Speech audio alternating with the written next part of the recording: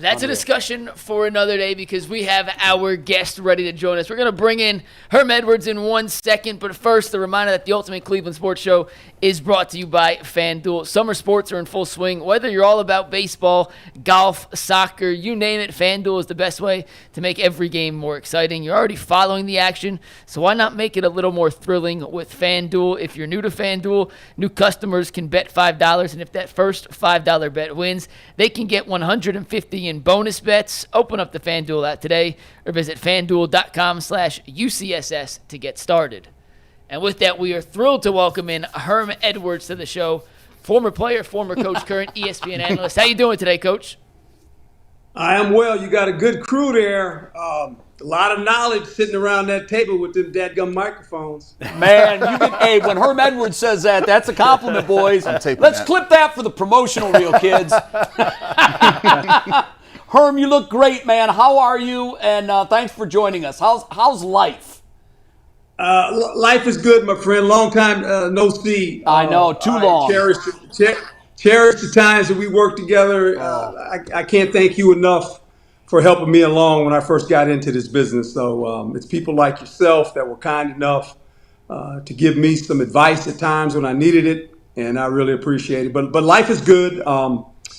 I don't know if you know this, but I've got two daughters. One of them last year went to Texas. She's at Texas. Wow. And I got another one that's going to be a freshman going to Texas. So now I'm doing this a lot for some reason. Yes, of all places, Texas. Yeah. Well, but, it's great to see you again. It really is, and great to see you doing well. I always love to watch you. You're still one of the guys that I have to tune in when you're on the screen. I have to pay attention. Herm, obviously, we're talking Browns. We're talking quarterback. You know the situation. You've got a guy you're somewhat familiar with in Joe Flacco. You've got the kids, Dillon Gabriel, and, of course, Shedeur Sanders. And then you've got, a guy that's kind of a wild card in this whole thing in Kenny Pickett. Not sure we really know what he is. How do you sort of get your mind around what they're doing here in Cleveland with this quarterback position?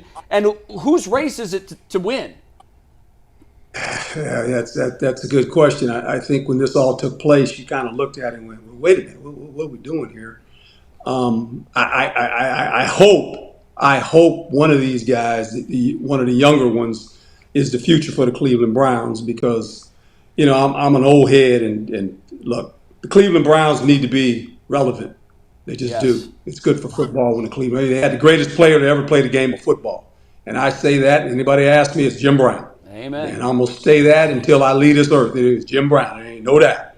And I just think the struggles these guys have gone through, and it has a lot to do with the quarterback. Okay, now Gabriel reminds me, and maybe it reminds him of a guy I played against when Cleveland was rolling, was Brian Sight. Plays from the pocket. He's left-handed. Sight was a right-handed guy, San Diego State. The dimensions are about the same. Look at the dimensions, about the same height, same arm talent, just very accurate, ran the offense. Okay, Deion's son, I've known him since he was a little guy. He gives you more of the ability to create some plays. Joe Flacco is, he's just Mr. Consistent. But Joe Flacco's not the answer. It might be the answer for this year. But, guys, here's the question, if you're Cleveland. It really doesn't matter who the quarterback is. Before the season starts, they're in fourth place. Yeah. They're not a playoff team. You have three teams that are playoff teams.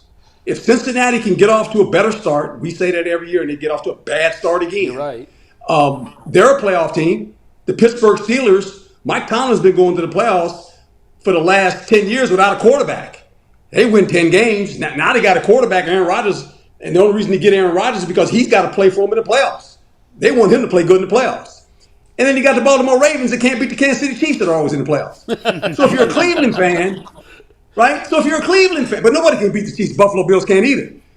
And if you're a Cleveland fan, you sit there and you go, well, what are we doing? Do we have the quarterback of the future? I don't know that. Coach, as a Coach being in those rooms and trying to decide, do we got a guy who's going to be the quarterback? What are we doing here? What is your deciding factor? Some people say don't throw the rookies out there too quick. Some people say the veterans give you a better chance. From your experience in dealing with all types of quarterbacks, and you got to roll the dice and figure out who's going to start week one, what is the deciding factors between starting a veteran guy and a rookie guy? Well, like I said, guys, they're not going to be in first place in this division. So with that being said, go learn something. Why wouldn't you play a rookie guy? Yeah. Find out what you got. You need to find out who that guy is this year. Because if he ain't the guy, guess what? You're going to be picking high again next year. And there's some quarterbacks coming out. There's one in Texas who's really good. Last name is Manning. He's really good. I know this. I played against the grandpa. I've seen the Manning history. He's really good. The kid in Texas, I mean, he's like really good. I've gone to spring practice. I see him. I'm down there all the time. My daughters go to school in Texas. So, so if you're Cleveland, it's a quandary to me, and they've got some talented guys on their football team. But guys, if you don't have a trigger guy that can at least score some points, it brings everybody down. They have the makings of maybe having a good defense, but when you can't score points, it just wears the defense out. Their star player, I feel bad for him. I do. Yeah. Now, he's making a lot of money. I know he's making a lot of money, but you know what? That's all good. When you look at your career, you want to say, how many times did we go in the playoffs?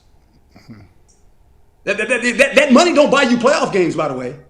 You got to win games.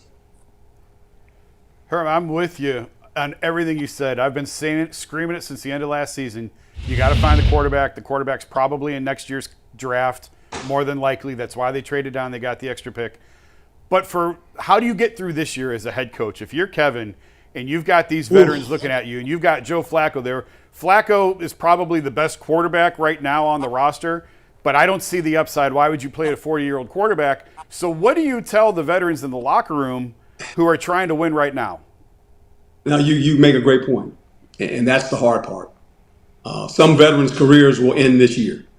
It'll be their last year, and they want to win.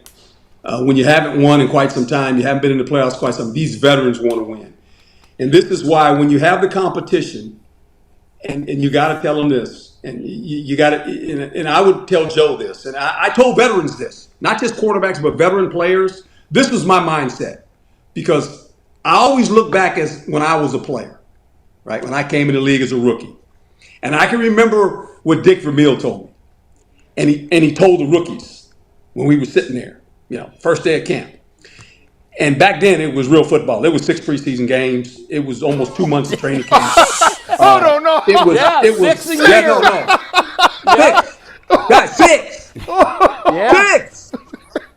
Okay? And so and 2-a-days. you look at this stuff and you go, okay. And so then I remember Dick Vermeil saying this. He said, guys, let me tell you something. If you're a veteran player, you get grace because you're the veteran. But let me tell you something. If a rookie is close and it's close to making a decision who's playing, I'm playing a rookie. Wow. Don't make it close. And I heard that and I went, whoa, that's interesting. Guess what? I started as a rookie. I was the only guy to start in the National Football League playing corner in a rookie National Football League. My first year. Started, never missed a game. Never missed a practice, never missed a snap. Right? But what he said was, veterans, if the rookie makes it close, I'm playing the rookie because he's going to get better. The only thing he don't have is experience. How do they get experience? They got to play. That's a great So story. what I'm telling you is this. When I became a coach, I told those guys, here's the Dick Vermeil story. Guys, if it's close, I'm playing the rookie. Don't make it close. Yeah. It shouldn't be close. And I don't care what position you play. If it's close, guys, I'm playing the rookie. Because he's going to be better than you in week 5. Yeah, if it's close and he doesn't have the experience, what's going to happen when he gets the experience? Makes perfect sense. See, you can't be afraid to play young players. You just can't. Because let me tell you something. Here's the thing about football. And every player knows it. The players that go to practice every day, they know who the good players are.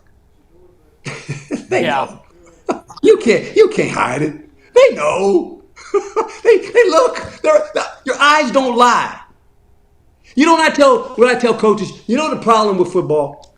We put jersey numbers on players, and when we go to practice, we know certain numbers, and we go, oh, yeah. I said this before. Don't put a jersey on numbers. Don't put a jersey on the players when they go to practice. Just let them practice and pick out the best 11. Wow. They'll stand Don't fall out. in love with the jersey number. Don't fall in love with the jersey number because what he did it before.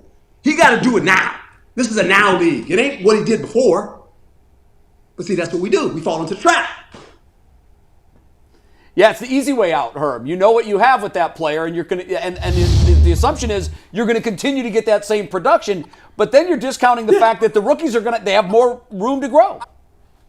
They gonna make mistakes. Hey, Dick threw me out there. I walked in that huddle, man, with Bill Burke and all them veteran guys, and I walked in there that first preseason game, and they looked at me and they say, Rook, are you ready? I was scared to death. I said, yeah. You know what I was scared of? I didn't want to let those guys down. I said, I was afraid to let those guys down. I said, I ain't letting these dudes down, man. You know? And so I was fortunate enough. For me, when I became a coach, especially a head coach, I always viewed things through the player's eyes. If I asked him to do this, and I was a player, what would I say? And sometimes I tell myself, you would say, man, coach, you crazy. Then I say, well, don't ask him that. Right? it ain't that hard. Players play, coaches coach. That's what we do. The players have to play. And you can coach them all you want, but at the end of the day, they play on the grass. You get to make some decisions. You're the information provider. And then you don't give players talent. God gives them talent. You give them information. Yeah. It's up to them what they do with it. Hey, we don't have a lot of time left. We're off at 1. I want to ask this because I think this is one of the ongoing problems in Cleveland is culture. I was in Tampa when you were in Tampa, and you guys pulled off something that's really, really difficult to do, and that's changed the culture. Before you can win, you've told me this many times, you're not winning if the culture isn't right. And if the culture isn't right, it's going to be a long season.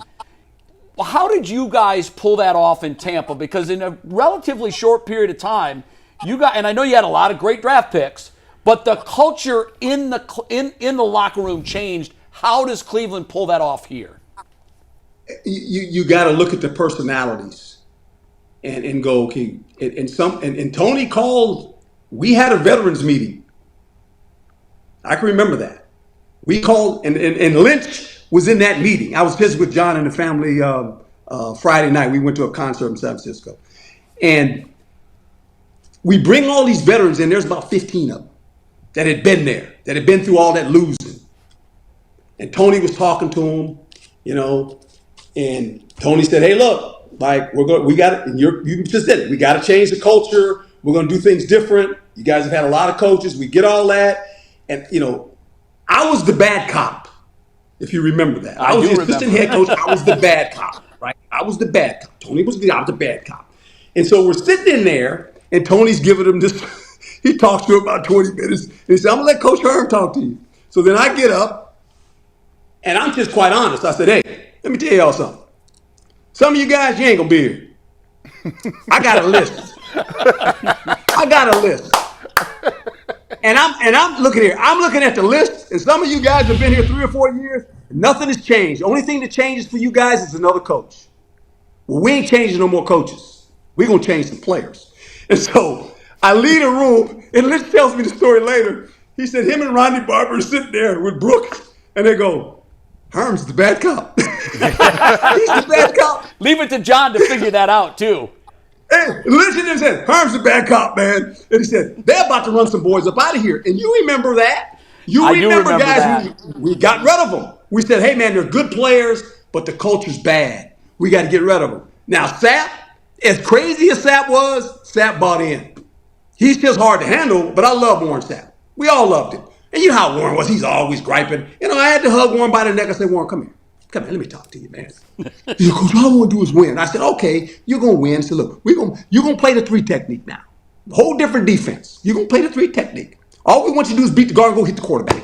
And he looked at me and said, really? I said, yeah, that's all you got to do. and so, you know, you start telling them how good they're going to be and you're going to change this defense. And I tell you what now, and you know, after a while, that might have been one of the best defenses in captivity. They were really good. Herm, without question, it's one of the best that's ever played it. And thank goodness that it led to a Super Bowl. It was a crazy time. That's what we're trying to replicate here. We need a new wave of a new way to look at the game, get the culture changed. And I thought they had it a couple years ago, and then it devolved, and now they've got to do it again, which it's hard enough to do it once. Now they got to find a way to do it again. Herm, it's great seeing you. It's great catching up with you. Tell John, and when you see him again, give him my best. He was all-time great champion. And all the good guys at ESPN, you know who they are. Tell him I miss him and love him.